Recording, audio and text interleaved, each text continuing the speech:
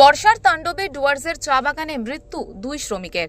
বুধবার সকালে ঘটনাটি ঘটেছে ডুয়ার্সের মালবাজার থানার অন্তর্গত আইভিল চা বাগানের ডাঙ্গি ডিভিশনের পুইয়া লাইনে। সকালে চা বাগানে মহিলা শ্রমিক সুশান্তি ইন্দুয়া রোজকার মতো কাজে যোগ দিতে পার হচ্ছিলেন চা বাগানের মধ্যে দিয়ে বয়ে যাওয়া পাহাড়ি ঝোড়া, যেটি পাহাড় থেকে নেমে এসে নেওরা নদীতে মিশেছে। তবে অতিরিক্ত বৃষ্টির কারণে এই সময় ডুয়ার্সের অন্যান্য নদী এবং পাহাড়ি ঝোড়াগুলোতে ভীষণ স্রোত বইছে। সেই কারণেই স্রোতে ভেসে যান চা বাগানের মহিলা শ্রমিক সুশান্তি। স্থানীয়রা দ্রুত উদ্ধার করলেও সঠিক সময় চা বাগানে অ্যাম্বুলেন্স পৌঁছয়নি, এমনটাই দাবি চা বাগান শ্রমিকদের।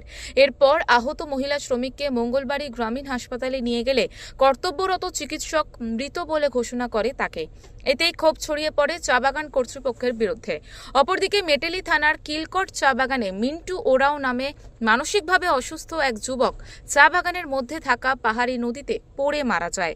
জলপাইগুড়ি থেকে উজ্জ্বল হোরের রিপোর্ট, ওঙ্কার বাংলা।